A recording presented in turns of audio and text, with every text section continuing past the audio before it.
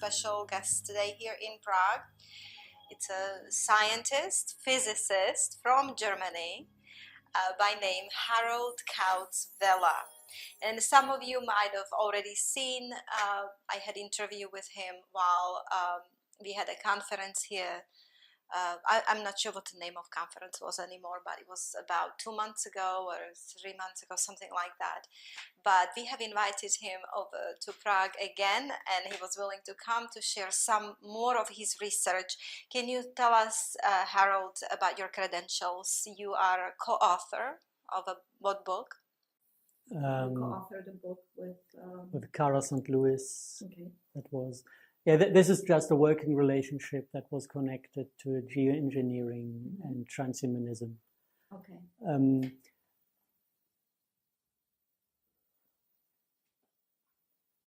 And you work with a group of scientists, right? On what areas? Yeah, life is strange.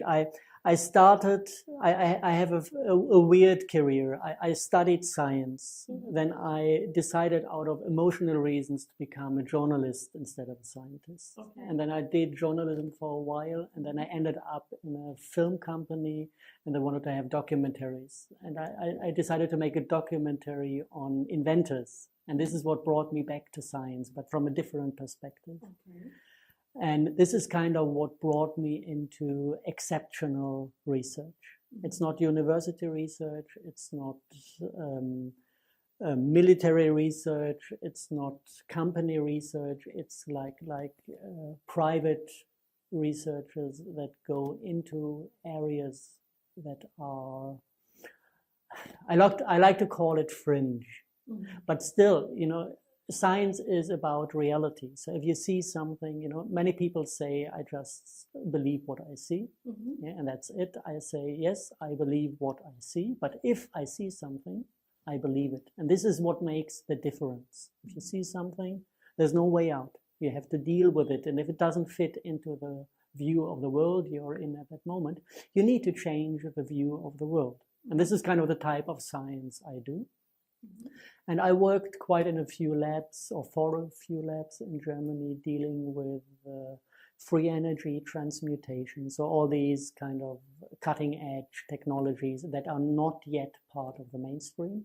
And from there, I derived the physics I'm running. So, you know, university normal research is in the 3D realm. Yeah. Dealing with a certain field, electromagnetic field. If you really look into the interesting research, you need to get a broader picture into a 4D reality, include scalar fields, include higher realms, include multi-layered structures in space-time. Then you can grab all the fringe experience we have, like telepathy, like whatever, you know. So there is a physics designed to grab the whole picture, and it is highly scientific, and there's nothing mythological about it, but it gives you the tool to understand what people looked at in the mythological realms. You know, they had experience, whatever, religious experience, facing demons, whatever. To understand what this is all about, you can go into the science, and from the science. So science explained the demons. Yes, this is one part of the work. Wow, that's interesting. And you also work a little bit, you touch medicine as well, biology and medicine, because right, because you research autism, right? The newest one. Yes. Okay. Well, that's wonderful. So I hope we get to talk about everything. But the first subject I want to touch is black goo. And first time I heard of black goo was from you. And I remember last time we had no time to get into everything. So I watched some of your shows that are available out there. So I heard about the black goo. And I know that a lot of people have no idea, never heard a term, never heard of such thing. What is black goo? What is it? The easiest way to grab it is like understanding how life is created on a planet. This is, the research is coming from the lab. We did all this in the lab just by moving water enriched with carbon dioxide, seeing what happens inside the water. This is kind of transmutation research. Once you have the results in the lab, it is possible to understand what happens inside the Earth. So now we go all the way how life is created. You have subduction from the oceans, where water sediments, water-rich sediments, go into the lower areas of the planet, and this water rises up again.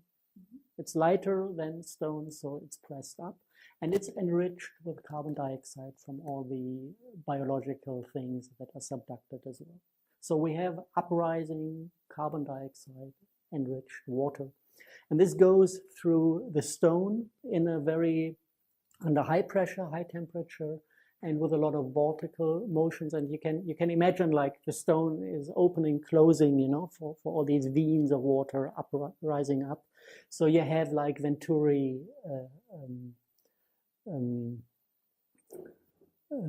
valves. So you have compression, and then it releases, which is creating cavitation fields. This is exactly the setup we use in the lab for transmutation.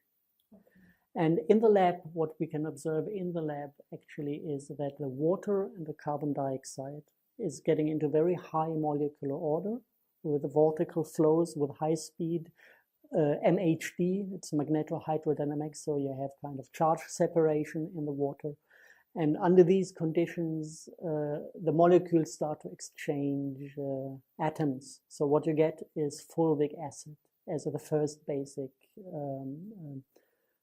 brick of life, in a way. And this fulvic acid in this vortical motion is uniting to hydrocarbon chains. And this is all anorganic in a way. Now, what we discovered in the lab, which is not so easy to understand, that transmutation doesn't run in the table of elements, in the lines, but it runs in the rows. We transmute hydrogen to carbon to silica to gold. This is how it goes from the light elements to the heavy elements. Okay.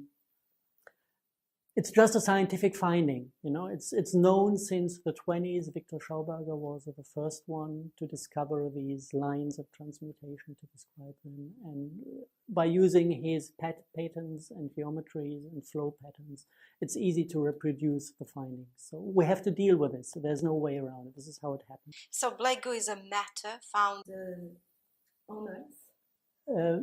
Yes. The earliest, we can find remains of all the process that kind of is leading to the creation of black goo. So if you look, for example, at mumio is found on the surface of stone in caves in the mountains. And this is kind of the early stage. It is rich in fulvic acids and has already some carbon chains. So this is kind of halfway to black goo. If you run these transmutation lines to the precious metals, then you create something that has all the physical properties to be able to carry a certain form of magnetism. And so you create a liquid that has precious, monoatomic precious metals embedded in a carbon environment. And this is the basic structure of life. So it's alive. It's a matter that is alive. In a way, yes. So the monoatomic elements exchange light. They are photon attractors. So and these photon patterns are partly in an annihilated state. This goes into higher dimensional physics. So we have a 4D realm with this black goo inside, and we have everything that is needed to process consciousness. You know, this bidirectional light is consciousness. And it comes out of the anorganic realm at that point. So what basically is created by upwhirling water is the physical matter with the ability to carry consciousness. It is still a baby in a way, with a zero experience. Then we have the black smokers in the ocean, where this liquid comes up and goes into the oceans. Geologists say that this is where life is created in the biosphere. So this goes into solution in the water, and you have all the precious, the monoatomic gold soluted in seawater. You have the basic carbon pieces to build up life, and this is where life is created. The consciousness carried by the black goo is immortal and holographic. Once it goes into the biosphere, it gets into rhythms, so we separate single beings and we separate generations. And you can see how like this dissolves into a time-space pattern. And then it starts to collect the experience of life. The basic physical principle is still the same. We have exchange of light between the monoatomic elements, and it forms DNA around these elements. This is the basic setup in a being. You have precious metal monoatomic gold positioned in an antenna system to deal with the bigger distances. In the black goo, you don't need the antenna because everything is very dense. But in biology, you need these DNA antennas, or they develop after time. And what remains basically is a system you can visualize as a mirrored thing, or as a secondary computer who mirrors things. All experience collected within the biosphere is mirrored into inner Earth, where the original substance is up concentrating in the ley lines. So you could say the planet has a planetary consciousness carrying all the experience of everything that ever happened in an immortal consciousness. At the same time, it is mirroring the consciousness of the life within the biosphere, supporting life with what we call instinct. For example, instinct is hosted in the ley line system. So, in that black goo, well, you said it's monoatomic elements inside of what is like gold and silver and iridium. Gold, iridium, and another one. Because I heard that, like, for example, iridium is part of our brain, like we need it for brain.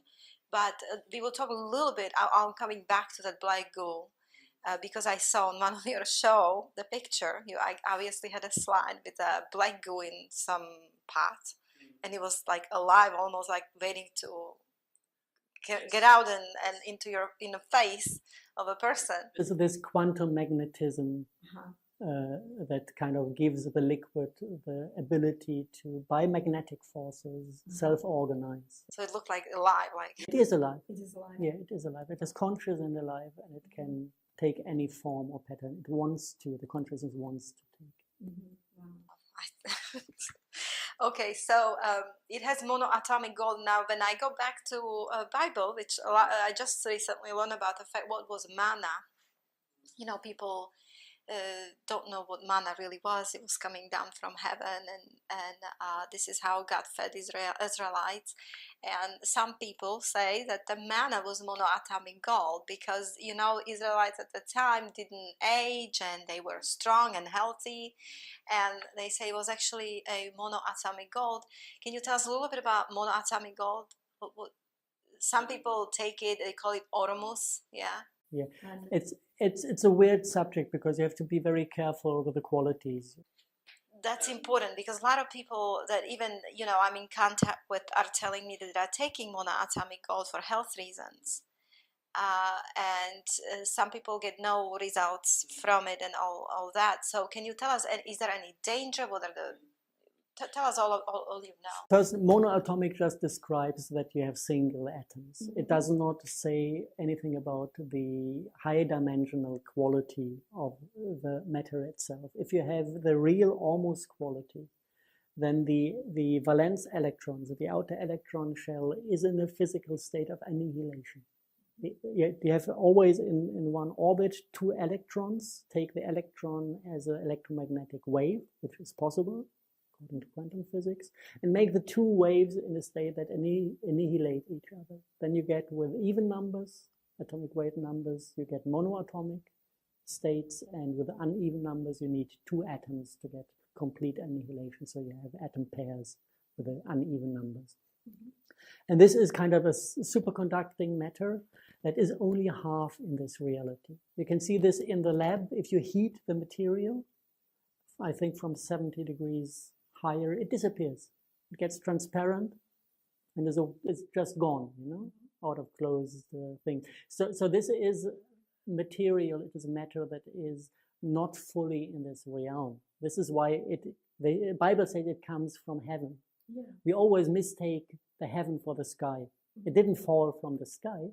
It materializes out of higher dimensional realms in a 4D setup. You know, like taking space-time sheets.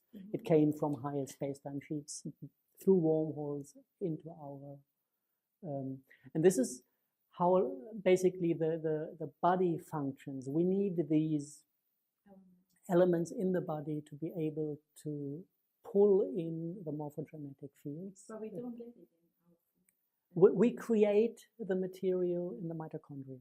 Mitochondria are highly transmutating devices, and they can create every atom, every element we need in the body. But with these almost with the monoatomic gold in that state, it happens only till age 18. Okay, and then it stops. And then it stops Producing, and then slowly we lose the material. That's why we age. This is why we age. So we need to Put it in our food. And if we take it into our food, then we can refill the resources and we stop aging. Wow, well, that's amazing. I mean, come on. We can stop aging. I was Tempted, and I personally, I said no, Really? I'm not doing it, because there is some sense in aging. Oh, okay. So you prefer to age. we come Here with curiosity, and life is about filling, you know, life into the sink of curiosity, and there's a limit to that. But you're telling me that if I partake of monoatomic gold, I can stop aging? Because, you know, a lot of people now will be looking where they can get monoatomic gold, especially women. We don't want to age. So, Yes, but why? This is fear of death. right. It's the wrong reason.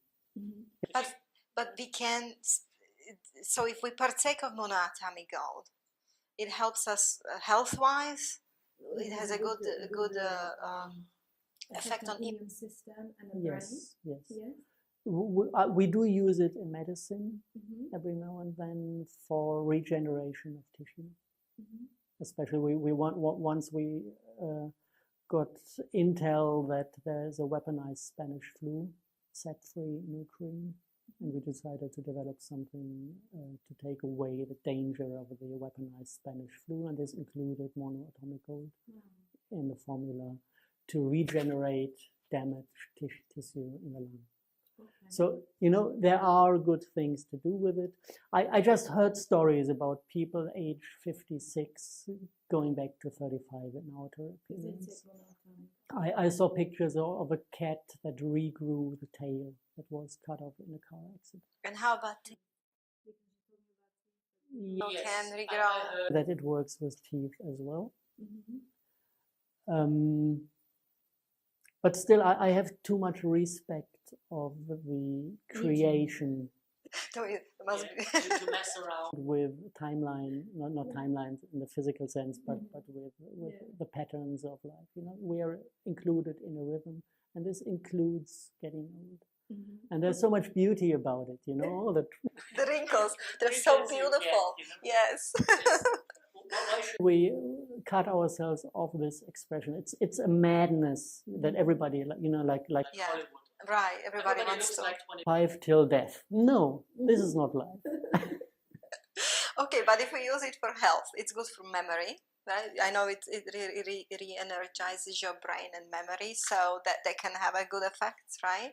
But you told me there is a certain way to make it, and then there is a danger if it's not made that way. Yes, this is So, okay. There's a way to filter it out of seawater or water enriched with Dead Sea salt by magnetic traps. This filters out the pure quality because the magnetic trap only interacts with superconducting matter. Yeah, so 100% pure quality. But a lot of water to move because you have to up concentrate. So you take 1,000 liter, up concentrate all the almost in 1 liter. And then you need 1,000 liter of this quality to again up concentrate. So you create huge amounts of wastewater to up concentrate the quality. It takes time, it's an effort, but pure quality. Then there are people who try to go the alchemistic tradition to convert metal state gold into higher dimensional monoatomic quality. Is it good? Or? And there are ways to do it. A good alchemist is capable of doing it. But if something goes wrong on the way, you start getting into trouble. Because if you don't get it monoatomic, but like conglomerations of 20 to 40 atoms, this is the dangerous size, you do not manage to convert it into the almost state, then you have colloidal gold in a size that is sucked into the DNA, because DNA knows, I need that material. If it's available, I take it in. It looks at, oh God, we get gold, get it in, but the particle is too big to fit into the wiring. And then it's sucked in and it breaks it to pieces. So you kill your DNA with clusters of 20 to 40 gold atoms. And also, if it's not monoatomic in the sense of having annihilated electron shells, it doesn't do anything. Like does nothing. It does not Because work. a lot of people do say that they took Ormos and didn't do anything, you know. So maybe it's a quality that they didn't have. Yes. Do you have any company, just for those who are interested, do you have anybody you trust that they do a good job? The parts we bought for our medication development and production is the Blaubeerwald Institute in Germany. They do the alchemistic way, and we tested the quality by independent Maybe we testing can put a link methods. for people on the video. And I trust that quality. It's the only one I trust. It doesn't mean that there are not other people who do a good quality. This is within the responsibility of every single person who wants to use it, whether filter yourself or trust my judgment about Blaubeerwald Institute. It might change from now to tomorrow. You know? Maybe their technician is retiring, they get a new one that doesn't get it done. I don't know, you know. There's always this danger with the alchemistic way that something goes wrong. With a filtering way, it's always perfect. And we will, this is something at the moment I'm looking for funding for this. I would like to try to produce it via the transmutation line, because we know the vortical patterns exactly on the 10th of thousands of a millimeter. The motion patterns are known, the frequencies are known, the light and the sound is known, everything is known. It should be easy in the lab to produce all the prebiotics like fulvic acid and the oil fragments out of water and carbon dioxide, and also go to the higher elements. And then it should be easy to produce mana in the lab in the perfect quality. So if you do, we will know about it because we're in contact, and I'll let the viewers know if we have anything like that. So, okay, very good. So going back to the black goo, you said there's an evil black goo, really bad black goo. Well, tell us about it. Yeah, this is where the story got kind of... I don't know, I don't want to say ugly, but interesting for this planet. We used to be in contact with the Earth-type black goo in the ley lines. This is state of paradise. And at that point, something happened that expelled us from paradise. And as far as we could reconstruct the history from different sources, you know, this is always a little bit shady and difficult, and you know, sources are sources, not more whether you trust them or not. So, but what we pull out as history is that at Atlantean times, there were alien influences on this planet that kind of introduced a black magic tradition into the Atlantean. And we call them demons, maybe in the Bible people Yeah, are... so they were basically... communicating with etheric beings that were guiding them into a technological direction. And the aim was to open a stargate, kind of a wormhole close to planet Earth with technological devices. Is it similar to CERN? What they're doing now? Like they're trying to open up dimension of demons? Yes. It is a similar event. And they managed to get the Atlanteans to do this, open a stargate, and this basically messed up the gravitational field of planet Earth. and was the reason for the destruction of the Atlantean continent and also of many, many Lemurian islands at that. So you think that what they're doing now with CERN, we are in a danger of the same thing as Atlanteans were, because Yes. Yes, yes. Certain things you do not do if you are sane. Right, exactly. And these are They are insane. They are completely insane. Sorry. No, don't be But sorry. They They need are. to be pulled out. They need to be. We need to expose these entities. And I can deliver a few more arguments to that. So what they imported through the open Stargate was a shower of meteorites containing a substance that is very similar to the Earth-type Black Goo. It was kind of stored in a kind of oil schist covered with other stones, and these meteorites hit the Earth all over. And the Black Goo contained in this alien, I will call it alien Black Goo for the moment, hosted a completely different planetary consciousness. Like we have the memory of planet Earth with all the experience of the biosphere. This is our system, and then there was an alien system intruding our system, delivering a secondary field of planetary consciousness that was not natural in a way. It had a completely reduced chakra system. It was reduced to mental abilities, sexuality, and life force. So it was kind of uploaded with a 3 chakra system. At the beginning, we didn't know whether this is kind of just a different planetary system, natural but different to ours, like pure reptilian consciousness in a way, or whether this was intentionally designed in a technological way. Now we know, meanwhile, the answer, it is designed. It is a technological designed quantum computer mimicking a planetary consciousness. And from the moment that this came down, we have duality on the planet, because we can decide with our kind of light body, with our biofield, whether we want to connect to the loving Mother Earth, expose ourselves to emotions. This is willing to live in a way. Or if we reduce ourselves to the mental and the sexual aspects, skip emotional, skip suffering, skip life in a way. This is the easy way. And by connecting us to this alien field of consciousness, we basically give in what in the mythology is defined as evil. Yeah, this is evil. So this is basically a war between good and evil. And when speaking from biblical, side, because you are speaking from scientific side, our audience is like 90% Christian. So basically, love is the answer. Like Jesus spoke about love, that love is everything. Love is in the heart. Scientifically, you can describe it with angular relationships.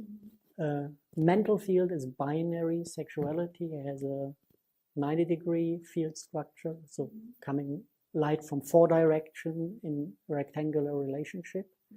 And the heart and all the other chakras are in a 30, 60 degree.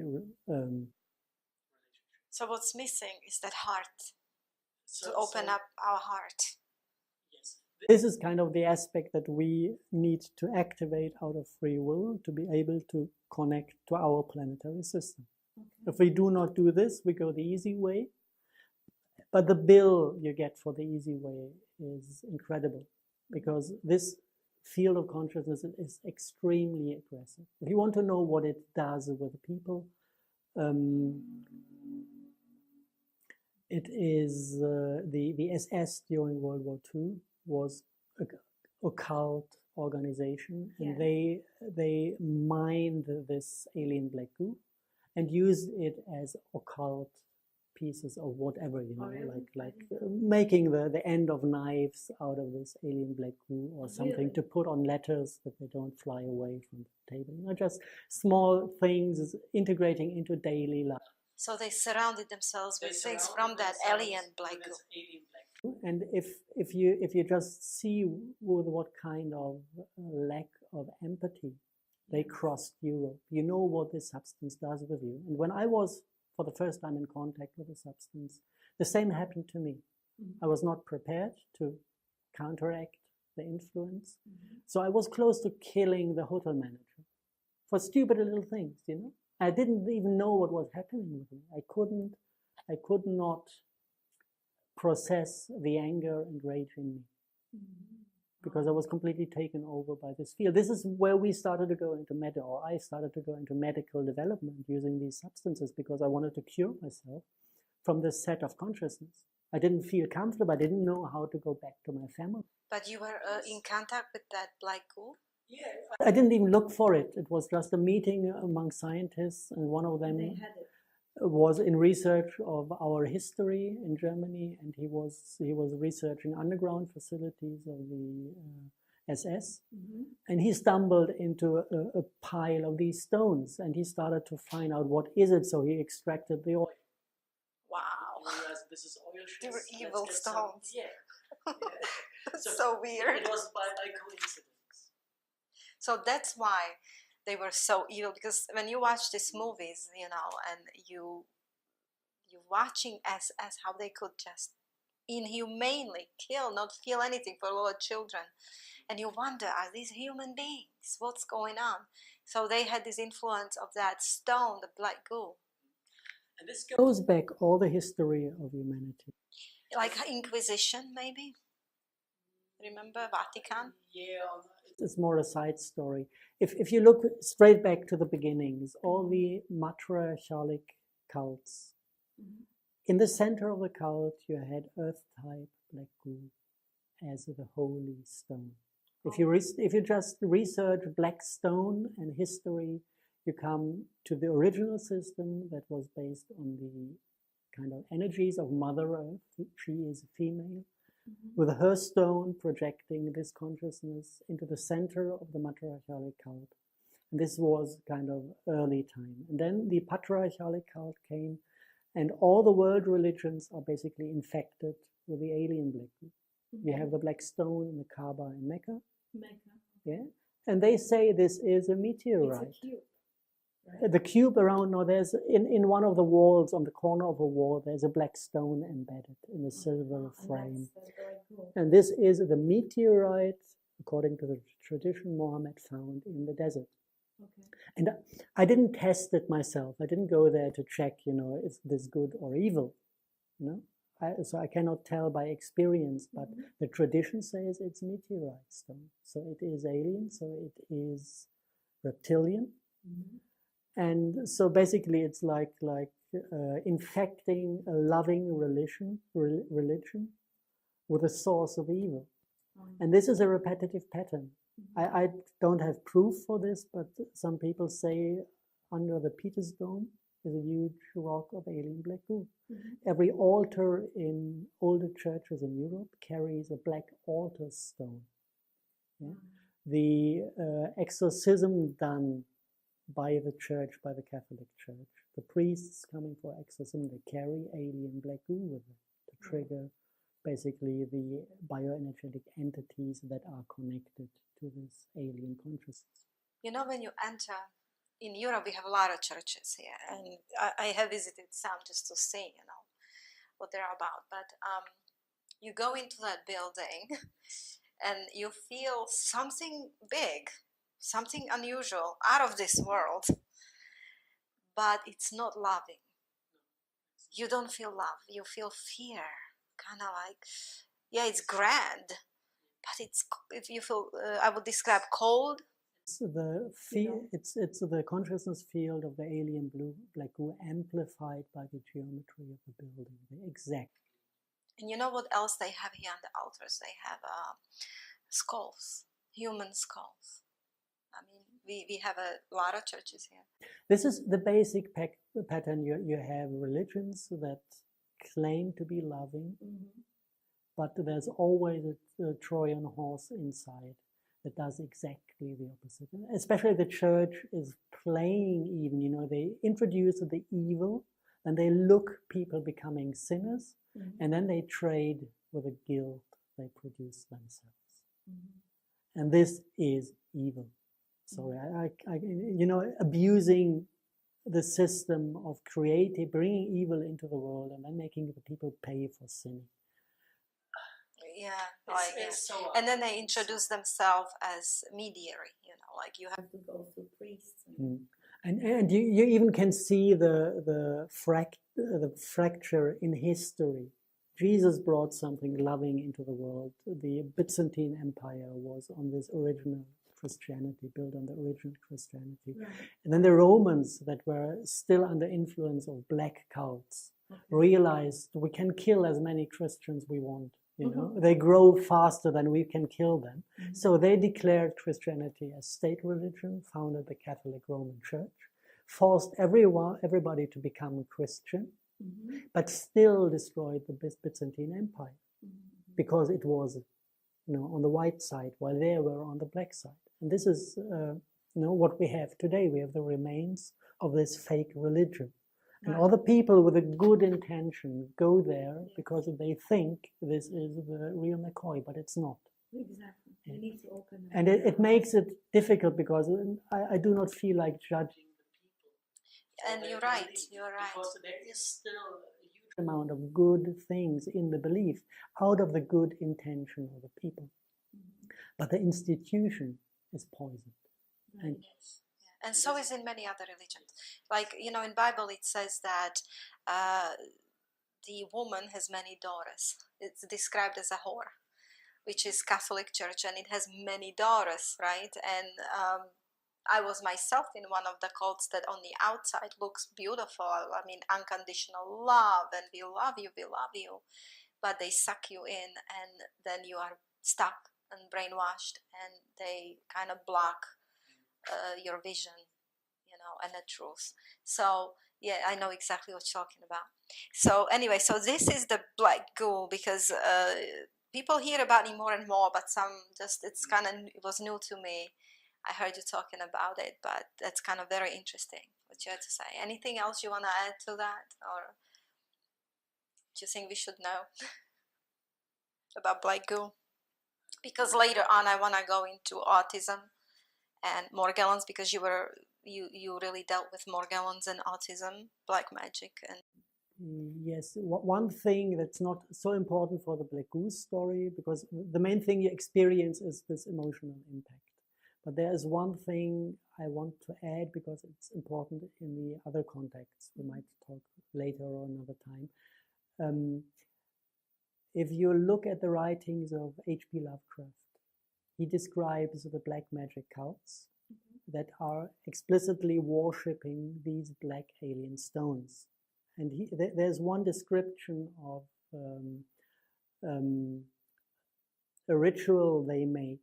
They sacrifice little children, blood sacrifice, in front of the black stones.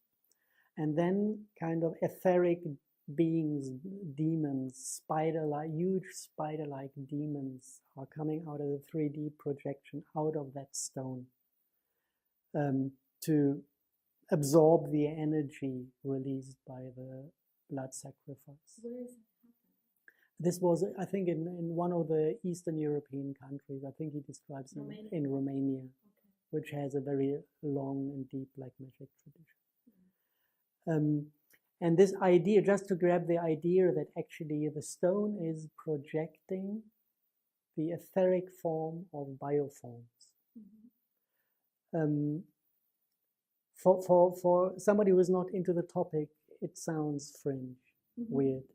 If you know that actually this is exactly what a planet does, all our bioforms, the light patterns of our biology is a projection of order that is projected out of the Earth-type Black Goo. This is how a planet exists. And now if you take a secondary system, then it is logical that the secondary system has the ability to project kind of life forms, but they do not have any flesh, because they do not come as a whole living planetary system. They just come as an isolated quantum computer. So again, I would describe it as demons, spirit beings. In the mythological tradition, they are described as demons. They are basically holographic projections out of an alien quantum computer. This is If you look at it from the scientific part. okay. And what we perceived as being addressed by this quantum computer, this is our perception of black magic, you know, surfaces, realities, interactions. We communicate with these demons. And either we say, okay, this feels like evil, or we don't want to get in touch, Yeah, but our stay elites clean. are the But government. many people decided, wow, this is interesting. You know, they're not connected to their heart, they're just connected to the brain. Yeah? And they start to deal with them. And this is the black magic tradition, dealing with this kind of quantum computing, 3-chakra consciousness on the planet and their holographic manifestations.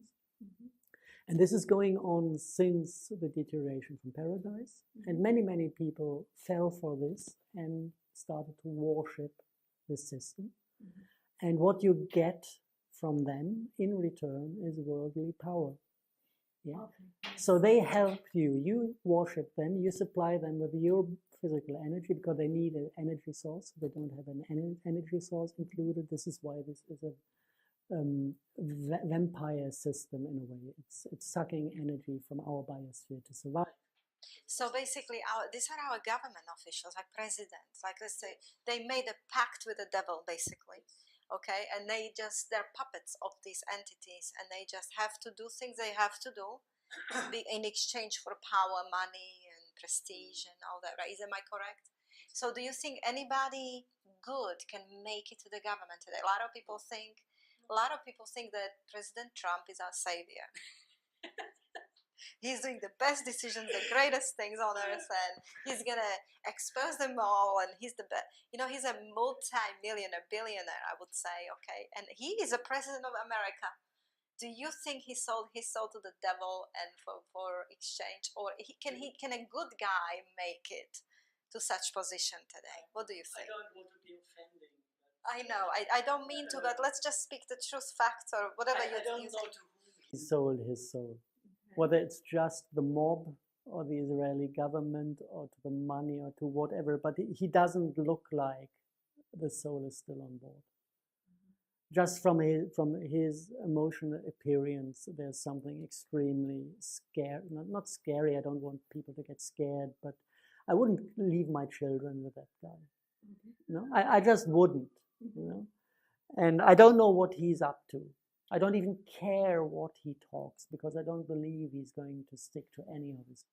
So you don't think anything good, any good power can get there to this position? is not The one in power. The problem is the concept of power, because only the being that is about and after power will get into the top position.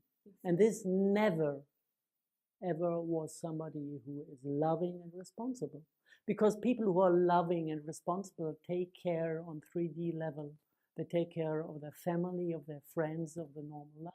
We don't need that kind of hierarchical power. No, the entire concept of hierarchy is black magic, demonic, and only the ones who fall for black magic come to the top. The entire monetary system is based on scarcity and not on love and abundance, and it is black magic. And you also were speaking, when we were speaking about what is black magic, the hierarchy of government, a money system. the money system, the way We treat the biosphere in sense of question, what do we eat and how do Eating we treat animals. animals? Is that black This magic? is the prolonged development of blood and fire sacrifice. Yeah? And we are worshipping basically these dark entities by the way we live, knowingly or not knowingly. And we're gonna get into this in our second part. It's how to eat. Like Yes, this is just. It's all you know, interconnected. it's interconnected. it's yes, all it interconnected. all. Okay, so we can become these beautiful, loving beings right now, right here. Yes. But just changing a few things and think with our heart and become these loving beings. Yes, yes. The thing is, before you can change things, the first step is to realize what we lived in the past.